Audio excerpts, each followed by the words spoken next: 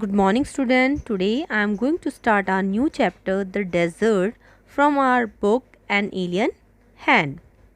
Before starting the chapter, let's read these lines. A desert is generally without water and vegetation. A green patch with fresh water and green trees in the middle of a vast desert is a beautiful sight. A desert may be too hot or too cold. Now let us start our chapter. Those of us who live in regions covered with forests and surrounded by hills may find it difficult to imagine what a desert is really like. It means people who live in regions like plains and hills can't imagine how the deserts look like. Popular belief is that it is an endless stretch of sand where no rain falls and therefore no vegetation grows. Most of the people think that desert is a place where we find only sand. There no rain falls. That's why no plant and animals survive there. It is dry, hot, waterless and without shelter. And most people think that deserts are dry, hot and waterless and no man live there. But this is not entirely correct. This is not true. For those who have studied it, the desert can be a beautiful place. And people who study desert, they know that deserts can be a beautiful place. It is the home of a variety of people. Different type of people live in deserts. Animals and plants that have learned to live under very hot and dry conditions. As there are found many kinds of animals and plants and they have learned to survive under very hot and dry conditions.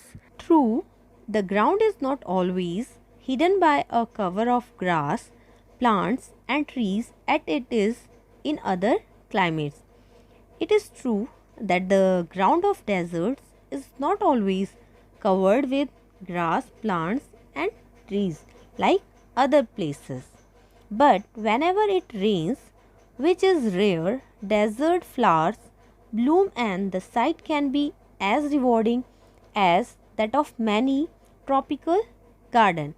But when the rain falls, which is rare in desert, flowers blooms and this sight can be as pleasant as in any other part of the land. Desert is not always a flat, unchanging wasteland of dry sand. It may have mountains and hills. A desert is not always unchanging, but it may have mountains and hills also. It may have an oasis, big or small. Big or small oases are found in desert. An oasis is like a green island in the middle of a desert where a spring or a well gives plants and trees a better life. Oasis is a place where we found water in the desert and with the presence of water plants grow around that area. We can simply say that oasis is the green part of desert. A desert may be hot like the Thar or cold like Ladakh. There are two kinds of deserts, hot like Thar and cold like Ladakh. But generally speaking, if a place has little or no water and vegetation, people usually call it a desert. But in general, when people found that some places have less water and less vegetation, they called it desert. Some deserts are almost totally without water, but there are some deserts where there is no rain or no water available. In such places, strong winds blow, raising heaps of sand and depositing them as mounds. Deserts which are totally without water, there a strong wind blows, which makes mounds of heap, and these are called sand dunes that shift and move endlessly across the desert. And these mounds, which are made by wind, they are called sand dunes and they shift all around the desert. Few plants can survive on such dry, shifting sand, and the sand always shift from one place to another place. So, a very few plants can surviving these types of conditions. All living things need water in order to survive. The few plants and animals that live in deserts have developed the ability to require less water than most plants and animals. But the plants and animals which survive in desert, they develop an ability to survive in less water. The camel, popularly known as the ship of the desert, camel, which is known as the ship of the desert, can drink a lot of water at one time. It drinks a lot of water in one time. Camels can do without water for days together, and camel can work without water for many days. The reason is they sweat very little. We sweat because we must keep our body temperature constant. We sweat when it gets hot and this cools the body. Camels can stand high body temperature, but camels can stand high body temperature. They don't need to sweat and can therefore retain the water they drink for long periods of time. And camels don't sweat. That is the reason.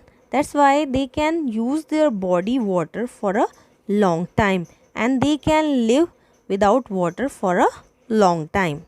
Smaller desert animals do not drink water. Many kinds of animals found in desert, smaller desert animals do not drink water. They burrow underground during the hot day and come out at night to eat.